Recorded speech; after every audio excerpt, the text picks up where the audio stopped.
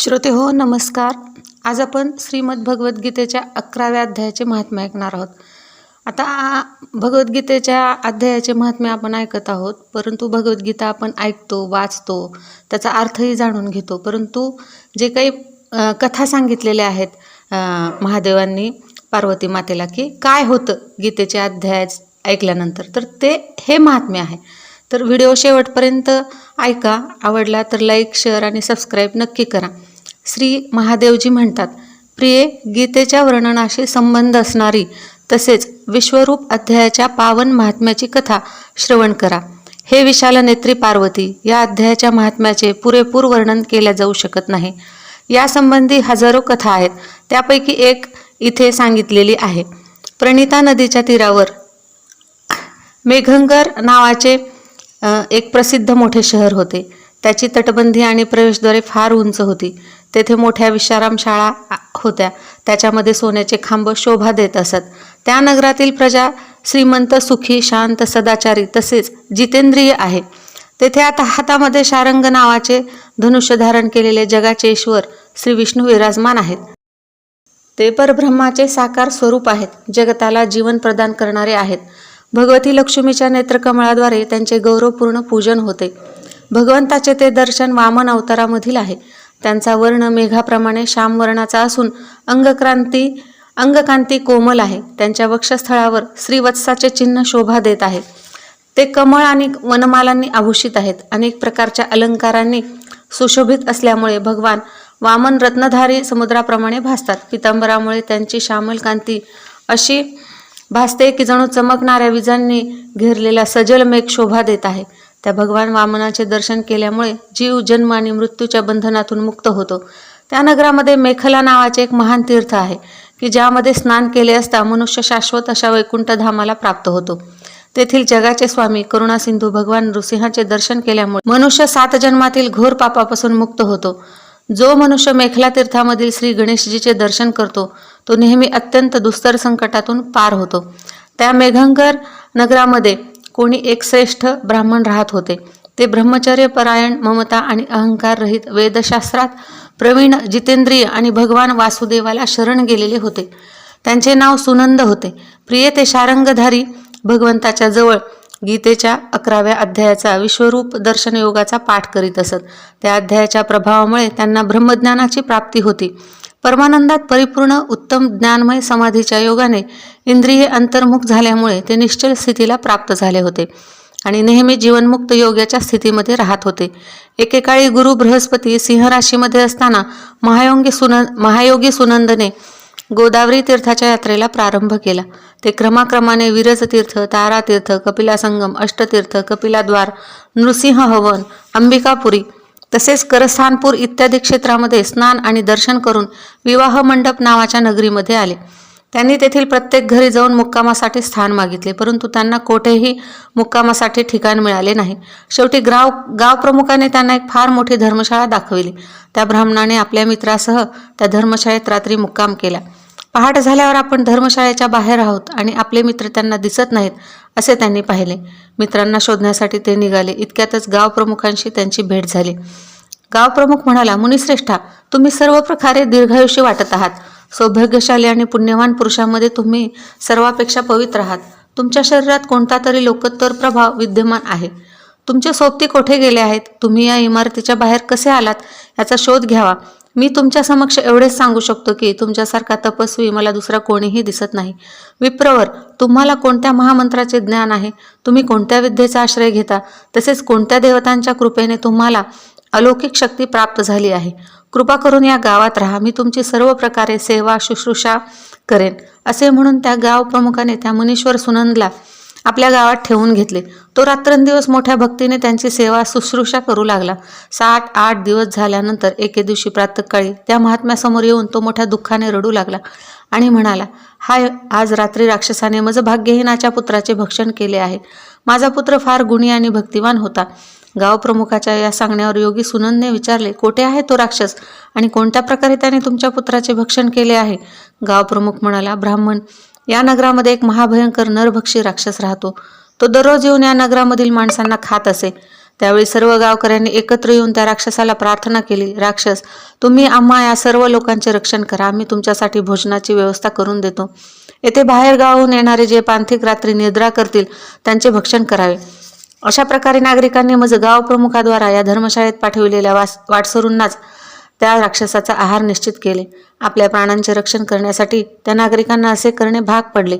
तुम्ही सुद्धा तुमच्या वाटसरूंसोबत या घरामध्ये झोपला होतात, परंतु राक्षसाने त्या सर्वांना खाऊन टाकले. केवळ तुम्हाला सोडून दिले आहे.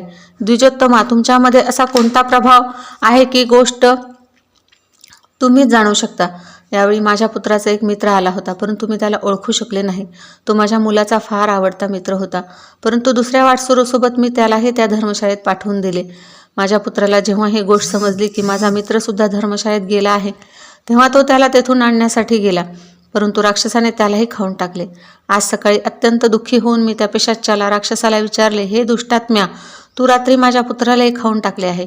तुमच्या पोटात पडलेला माझा पुत्र ज्यामुळे जिवंत होईल असा काही उपाय असेल तर सांगा. राक्षस म्हणाला, गाव प्रमुखा, धर्मशाळेत प्रवेश घेतलेल्या तुमच्या पुत्राला न ओळखल्यामुळे मी त्याचे भक्षण केले आहे. दुसऱ्या वाटसरूबरोबर तुमचा पुत्रही नकळतच माझा ग्रास बनला आहे. तो माझ्या पोटामध्ये ज्या प्रकारे जिवंत आणि सुरक्षित राहू शकेल तो उपाय स्वतः विधात्यानेच करून दिला आहे. जो ब्राह्मण नेहमी गीतेच्या 11व्या अध्यायाचा पाठ करतो त्याच्या प्रभावाने माझी मुक्ती होईल आणि मृतांना पुन्हा जीवन प्राप्त होईल. ज्यांना मी एके दिवशी धर्मशाळेच्या बाहेर काढले होते असे येथे कोणी एक ब्राह्मण राहतात. ते निरंतर गीतेच्या 11व्या अध्यायाचा जप करतात. या अध्यायाच्या मंत्राने 7 वेळा अभिमंत्रित केलेले जल जर ते माझ्या अंगावर शिंपडतील तर निसंशय माझा शापातून उद्धार होईल. अशा प्रकारे त्या राक्षसाचा संदेश घेऊन मी तुमच्याजवळ आलो आहे. ब्राह्मणाने विचारले, गाव प्रमुखा, जो रात्रीमध्ये निद्रिस्त असलेल्या माणसांना खातो तो प्राणी कोणत्या कारणामुळे राक्षस झाला आहे, कोणत्या पापामुळे राक्षस झाला आहे? गाव प्रमुख म्हणाला, ब्राह्मण, पूर्वी या गावात कोणी एक शेतकरी ब्राह्मण राहत असे. एक दिवस तो शेतातील वाटाण्याच्या पिकाची राखण करीत होता. तेथून थोड्याच अंतरावर एक मोठा गिधाड पक्षी एका राक्षसाला मारून खात होता. त्यावेळी कोठून तरी एक तपस्वी तेथे आले की जे त्या वाटसरूला वाचवण्यासाठी दुरूनच दया दाखवित येत होते. गिधाड वाटसरूला खाऊन आकाशात ओढून गेले. तेव्हा त्या तपस्व्याने क्रोधित होऊन त्या शेतकऱ्याला म्हटले, हे दुष्ट शेतकऱ्या, तुझा धिक्कार असो. तू अत्यंत कठोर आणि निर्दयी आहेस. दुसऱ्याचे रक्षण करण्याकडे पाठ फिरून केवळ आपल्याच पोट पुसण्याच्या धंद्यात मग्न आहेस. तुझे जीवन नष्टप्राय आहे.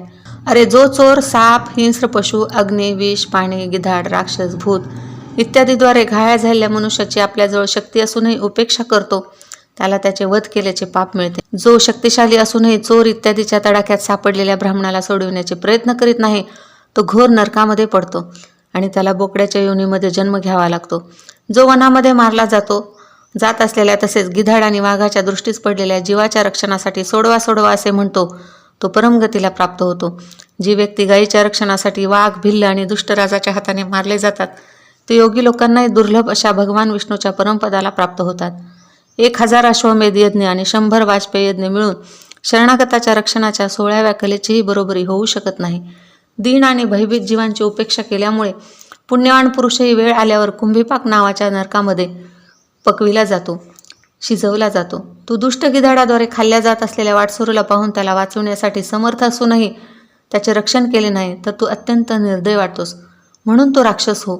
शेतकरी म्हणाला, महात्मन, मी या ठिकाणी जरूर हजर होतो, परंतु माझे डोळे बऱ्याच वेळापासून शेताचे रक्षण करण्याकडेच लागलेले होते, म्हणून जवळ असूनही गिधाडाद्वारे मारल्या जात असलेल्या या माणसाला मी जाणू शकलो नाही. म्हणून माझं दिनावर आपण अनुग्रह केला पाहिजे. तपस्वी ब्राह्मण म्हणाला, जो दररोज गीतेच्या 11व्या अध्यायाचा जप करतो त्या मनुष्याद्वारे अभिमंत्रित जल जेव्हा तुमच्या मस्तकावर पडेल त्यावेळी तुम्हाला शापातून सुटका मिळेल. असे म्हणून ते तपस्वी ब्राह्मण निघून गेले आणि तो शेतकरी राक्षस झाला. म्हणून हे द्विजश्रेष्ठा, तुम्ही चला आणि 11व्या अध्यायाचे तीर्थाचे जल अभिमंत्रित करा. मग आपल्याच हाताने त्या राक्षसाच्या मस्तकावर ते अभिमंत्रित जल शिंपडा. गाव प्रमुखाची ही अशी प्रार्थना ऐकून ब्राह्मणाचे हृदय दयेने भरून आले. तो अतिउत्तम असे म्हणून त्याच्याबरोबर राक्षसाजवळ गेला. ते ब्राह्मण योगी होते. त्यांनी विश्वरूप दर्शन नावाच्या 11व्या अध्यायाचे जल अभिमंत्रित करून त्या राक्षसाच्या मस्तकावर टाकले. गीतेच्या 11व्या अध्यायाच्या प्रभावाने तो शापमुक्त झाला. त्याने राक्षसाच्या शरीराचा त्याग करून चतुर्भुज रूप धारण केले. तसेच त्याने ज्या हजारो वाटसरूंचे भक्षण केले होते ते सुद्धा शंखचक्र गदा धारण केलेले होते. ते सुद्धा शंखचक्र गदा धारण केलेले चतुर्भुज रूपी झाले. त्यानंतर ते सर्व विमानात आरूढ झाले. इतक्यातच गावप्रमुखाने राक्षसाला म्हटले, हे निशाचर, माझा पुत्र कोणता आहे त्याला दाखवा. असे त्याने म्हटल्यावर त्या दिव्य बुद्धी असलेल्या राक्षसाने म्हटले, हा जो मेघाप्रमाणे श्यामवर्णाचा चतुर्भुज मणियुक्त मुकुटाने सुशोभित तसेच दिव्य मण्यांच्या कुंडलाने अलंकृत आहे, हार परिधान केल्यामुळे ज्याचे खांदे मनोहरी वाटत आहेत, ज्याच्या दंडामध्ये सुवर्णाचे बाजूबंद आहेत, ज्याचे नेत्र कमळासारखे आहेत, तसेच हातात कमळ धारण केलेले आहे आणि दिव्य विमानावर आरूढ होऊन देवत्वाला प्राप्त झाले आहेत, यांना आपला पुत्र समजा. हे ऐकून गावप्रमुखाने त्या रूपामध्ये आपल्या पुत्राला पाहिले आणि त्याला आपल्या घरी नेण्याची इच्छा व्यक्त केली. हे पाहून पुत्राला हसू आले आणि तो अशा प्रकारे म्हणाला. पुत्र म्हणाला, गावप्रमुख, कित्येक वेळा तुम्हीही माझे पुत्र झालेले आहात. पूर्वी मी तुमचा पुत्र होतो, परंतु आता देवता झालो आहे. या ब्राह्मण देवतांच्या प्रसादाने वैकुंठ धामाप्रत जाईन. पहा, हा राक्षस सुद्धा चतुर्भुज रूपाला प्राप्त झाला आहे. गीतेच्या 11व्या अध्यायाच्या महात्म्याने हा सर्व लोकांसमवेत श्री विष्णूच्या धामाप्रत जात आहे. म्हणून तुम्हीही या ब्राह्मण देवतापासून गीतेच्या 11व्या अध्यायाचे अध्ययन करा आणि निरंतर त्याचा जप करीत राहा. तुम्हालाही अशीच उत्तम गती मिळेल, यात मुळीच संशय नाही. तात, मनुष्याला सत्पुरुषाची संगत मिळणे दुर्लभ आहे. तीच यावेळी तुम्हाला मिळाली आहे. म्हणून आपले अभिष्ट साध्य करा, आपले ध्येय साध्य करा. धन, भोग, दान, यज्ञ, तप आणि पूर्वकर्माशी काय देणे घेणे आहे, विश्वरूपाध्यायाच्या पठणानेच परमकल्याणाची प्राप्ती होते. पूर्णानंद स्वरूप श्रीकृष्ण ब्रह्माच्या मुखातून कुरुक्षेत्रामध्ये आपल्या मित्र अर्जुनासाठी जो उपदेश निघाला, तेच श्री विष्णूचे परमतात्विक रूप आहे. तुम्ही त्याचेच चिंतन करा. ते मोक्षासाठी प्रसिद्ध औषध आहे. संसार भयाने भयभीत झालेल्या मनुष्याच्या आधिव्याधीचा नाश करणारे तसेच अनेक जन्माच्या दुःखाचा नाश करणारे आहे. त्याच्यासारखे दुसरे कोणतेही साधन मला दिसत नाही. म्हणून त्याचा अभ्यास करा. श्री महादेवजी म्हणतात, असे म्हणून तो पुत्र सर्वासमवेत श्री विष्णूच्या परमधामाप्रत गेला. तेव्हा त्या गाव प्रमुखाने ब्राह्मणाच्या मुखातून त्या अध्यायाचे अध्ययन केले. नंतर ते दोघेही त्याच्या महात्म्याने विष्णुधामाप्रत गेले. पार्वती, अशा प्रकारे तुम्हाला गीतेच्या 11व्या अध्यायाच्या महात्म्याची कथा ऐकवली आहे. ही कथा ऐकल्याने महापातकांचा नाश होतो. कशी वाटली तुम्हाला ही कथा? आवडली असेल तर नक्कीच लाईक, शेअर आणि सबस्क्राईब करा. धन्यवाद.